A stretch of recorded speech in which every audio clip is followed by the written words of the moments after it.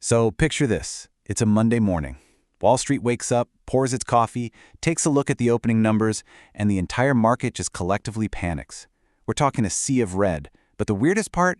No one could point to the usual suspects. There was no big announcement from the Fed, no major global crisis, just a sudden, terrifying drop. It really sounds like the setup for a bad joke, right? Can one single blog post actually crash the stock market? Well, what if I told you the answer was kind of yes? We are about to unpack the absolutely wild story of how a 7,000-word essay from a firm nobody had heard of sent a multi-trillion-dollar market into a complete tailspin. All right, so to really get how bizarre this is, let's set the scene of this market tremor. On this one particular Monday, investors got hit with a shockwave that seemed to come out of absolutely nowhere. This was the number that made traders everywhere stop dead in their tracks. The Dow Jones Industrial Average, the big one, it plummeted over 821 points. And let's be clear, this wasn't some minor blip on the radar. No, this was a massive, siren-blaring, attention-grabbing fall that sent a shiver through the entire system. And the pain was everywhere. You had the S&P 500 and the tech-heavy Nasdaq taking a serious beating. But look closer at the individual stocks.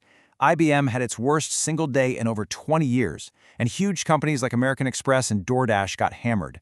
Now here's the kicker. This wasn't random. All these companies had something very specific in common. So you're probably asking, what was that common thread? What on earth could link all these different companies together in a single-day sell-off? Well, the answer is where this story goes from strange to just flat-out bizarre. The trigger for all this financial mayhem wasn't a bank failure or some government report. It was something else. You heard that right, a 7,000-word blog post from a research firm that, let's be honest, most people had never ever heard of. It just spread like wildfire over the weekend, through trading desks, on social media, and by the time the market opened on Monday, the fuse had already been lit. And here is the truly absurd part. The authors themselves practically screamed from the rooftops that this was just a thought exercise. They put a giant disclaimer on it saying, hey, this is a scenario, not a prediction. They were just playing a game of what if. But the market? Oh, the market read it like it was gospel. So to understand the panic, you have to understand the technology at the heart of this scary story. AI agents. Okay, so think of them like this. Imagine everyone on Earth getting a super smart, tireless digital butler that works 24/7 to do things for you, all without you lifting a finger. And in this doomsday scenario, well, that's exactly where all the trouble starts. Okay, let's pull back the curtain and look at the actual doomsday scenario they laid out. The report basically painted this chilling, 5-step domino effect, showing how we could get from AI convenience to total economic collapse. So it starts off innocently enough. These AI agents start making things so efficient they cut out the middlemen. Think about it. Why would you need DoorDash or Visa when your personal agent can find a cheaper, faster, more direct way to do things? But then it gets dark. Step 2. AI gets so good at office jobs that mass layoffs begin. That leads to less spending, so companies, well, they invest even more in AI to cut costs. The report calls this a feedback loop with no natural break. From there, people can't pay their loans or mortgages, which shakes the whole financial system. It's a downward spiral, feeding itself until finally society just starts to crack, with huge protests against the tech giants. It's a terrifyingly logical nightmare. And this is where their little thought experiment ends up. An S&P 500 crash of almost 40% and unemployment skyrocketing past 10%. I mean, these are numbers that bring back memories of the absolute worst financial crises we've ever seen. And that is what had the market running for the hills. But of course, after that initial shock wore off, some of the grown-ups in the room started to push back. Was this fictional memo really a crystal ball showing our inevitable future? Or was it something else? I absolutely love this quote from an analyst named Neil Wilson. He just comes right out and calls it doomsday porn. And honestly, it's the perfect description. These worst-case scenarios are terrifying, but they're also kind of irresistible.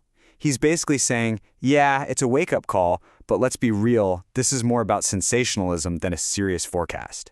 And then you have this veteran strategist, Ed Yardeni, who came in with a really strong counter-argument. He said the market was getting totally swept up in what he called an AI Frankenstein monster story. You know, the classic tale of us creating something that eventually turns on us. And really, this is what it all boils down to. Two completely opposite visions of the future.